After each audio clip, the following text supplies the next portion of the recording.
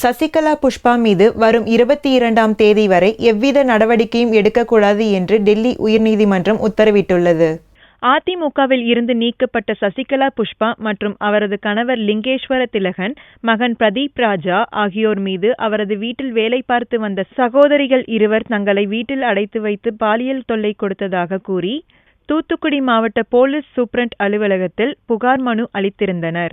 இது தொடர்பாக 6 பிரிவுகளில் வழக்கு பதிவு செய்யப்பட்டுள்ளது. இந்நிலையில் டில்லி உயர்நீதிமன்றத்தில் சசிகலா புஷ்பா சார்பில் முன்ஜாமீன் மனு அளிக்கப்பட்டது. தங்கள் மீது பொய் புகார் அளிக்கப்பட்டு இருப்பதாகவும், எனவே தங்களுக்கு முன்ஜாமீன் வழங்க வேண்டும் என்றும் கோரியிருந்தனர். இம்மனு மீதான விசாரணை வியாழனன்று நடந்தது.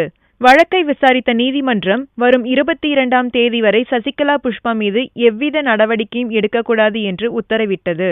மேலும் முன்ஜாமீன் கோரி 22ஆம் தேதிக்குள் சம்பந்தப்பட்ட உயர்நீதிமன்றத்தை அணுகலாம் என்றும் நீதிமன்றம் தெரிவித்தது.